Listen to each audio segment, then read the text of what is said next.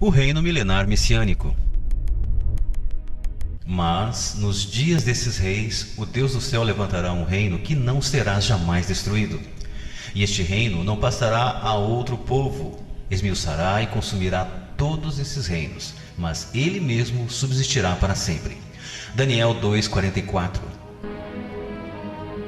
A grande esperança do povo de Israel é pelo Messias e por uma era de paz e justiça na terra. Exatamente esta é a mensagem que anuncio a você, telespectador, ao testemunhar então o Evangelho do Reino de Deus. A instauração deste reino é certa e tudo indica que nós estamos próximos deste grande evento. Quer dizer, vivemos a parte final da estátua vista por Nabucodonosor. E é nos dias destes reis, destes governos, que o Senhor levantará um reino que não será jamais destruído. Não haverá nenhum outro governo intermediário, como muitos asseguram que ainda virá um governo do anticristo. Isso não é verdade. Foi feita uma promessa importantíssima, Promessa essa incondicional feita a Davi e confirmada ao povo judeu por meio dos profetas. E que promessa é essa? Ora, é a continuidade do reino e do trono de Davi com o Messias no poder. Analise esses versos. Fiz uma aliança com o meu escolhido, jurei ao meu servo Davi, dizendo: a tua semente estabelecerei para sempre, e edificarei o teu trono de geração em geração. Salmos 89, versículos 3 e 4. O Senhor jurou com verdade a Davi, e não se apartará dela.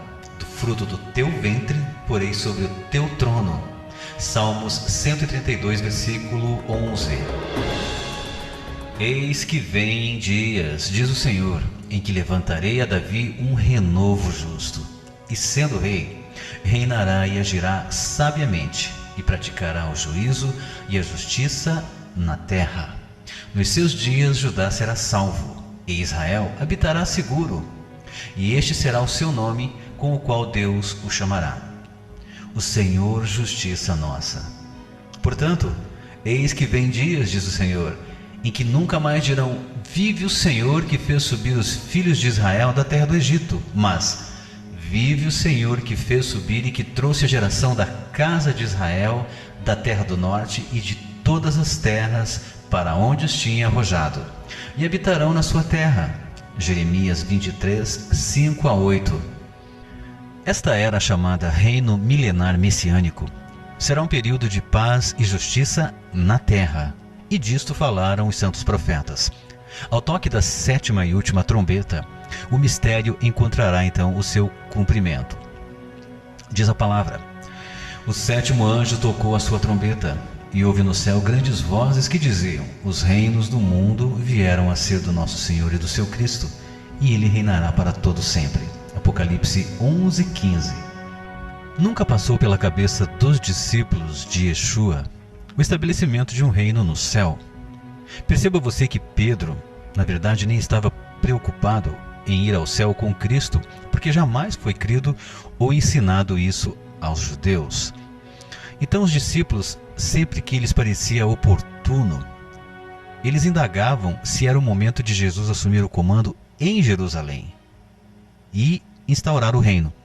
Diz a palavra: e ouvindo eles estas coisas, ele prosseguiu e contou uma parábola, porquanto estava perto de Jerusalém e cuidavam que logo se havia de manifestar o reino de Deus. Disse, pois, certo homem nobre partiu para uma terra remota, a fim de tomar para si um reino e voltar depois. Lucas 19, 11 e 12. Mais uma passagem diz assim: vendo, pois, aqueles homens o milagre que Jesus tinha feito, diziam: este é verdadeiramente o profeta que devia vir ao mundo. Sabendo, pois, Jesus que haviam de vir arrebatá-lo para o fazerem rei, tornou a retirar-se ele só para um monte. Mais uma vez então aí explicando que na verdade os judeus esperavam o reino já na época de Yeshua. Veja essa passagem que interessante, olha só: e nós esperávamos que fosse ele o que remisse Israel, mas agora sobre tudo isso é já hoje o terceiro dia desde que essas coisas aconteceram. Lucas 24, 21.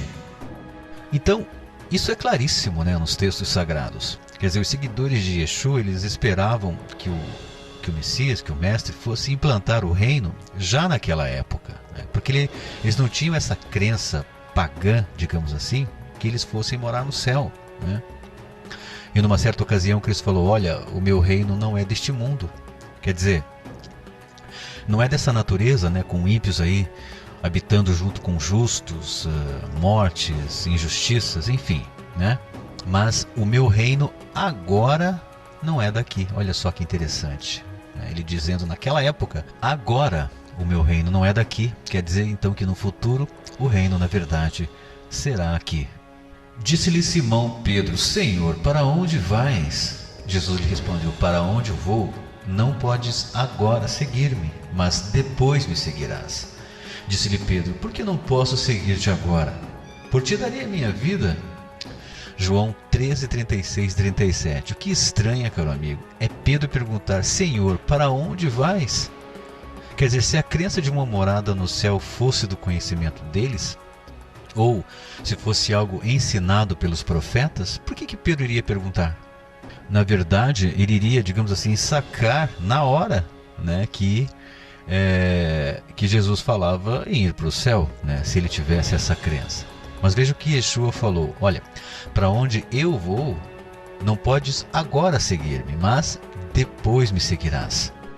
Deste modo, então, como na sua vinda Yeshua não volta para o céu, né, porque muitos creem que Jesus ele pega a igreja dele e volta para o céu com ela. Isso não vai acontecer. Mas o que acontece? Ele assume o trono de Davi em Jerusalém, cumprindo Lucas, né? O que diz Lucas? Ele será grande e será chamado Filho do Altíssimo, e o Senhor Deus lhe dará o trono de Davi, seu pai. Ele reinará eternamente na casa de Jacó, Israel, e o seu reino não terá fim. Lucas 1, 32 e 33.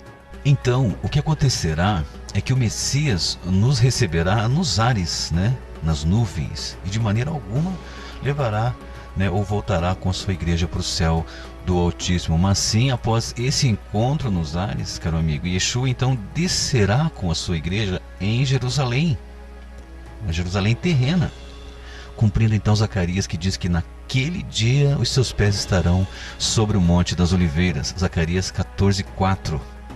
E certamente que os discípulos vão estar com ele, né? Vão segui-lo, como ele mesmo disse, né? Onde quer que ele vá, em qualquer canto do planeta, os discípulos podem segui-lo, podem sempre estar com ele. Quando eu for e vos preparar lugar, virei outra vez, e vos levarei para mim mesmo, para que onde eu estiver, estejais vós também. João 14, 3.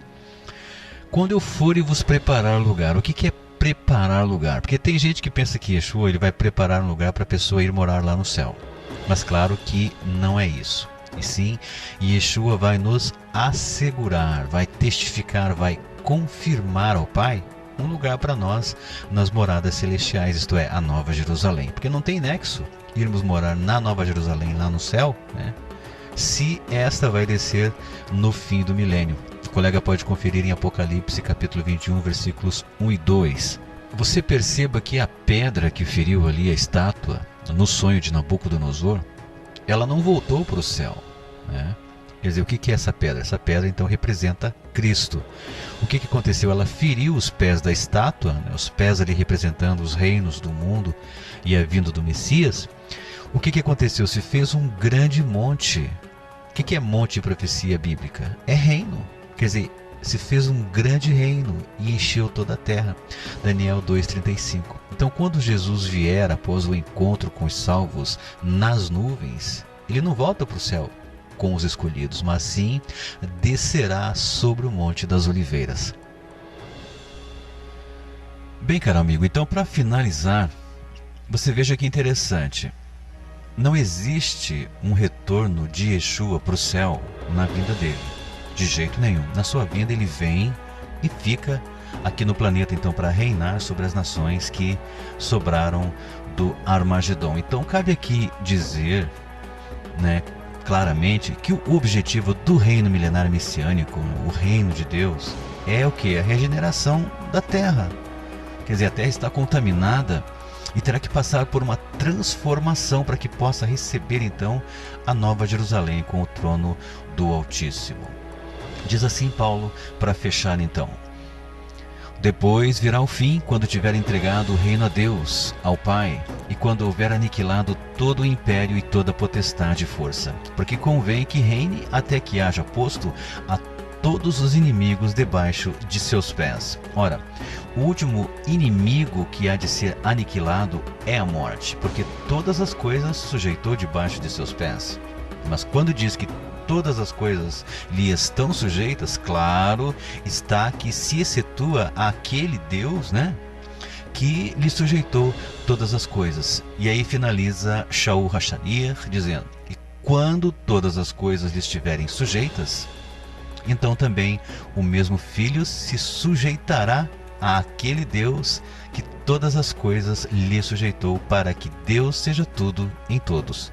1 Coríntios 15, 24 a 28. Paz seja convosco.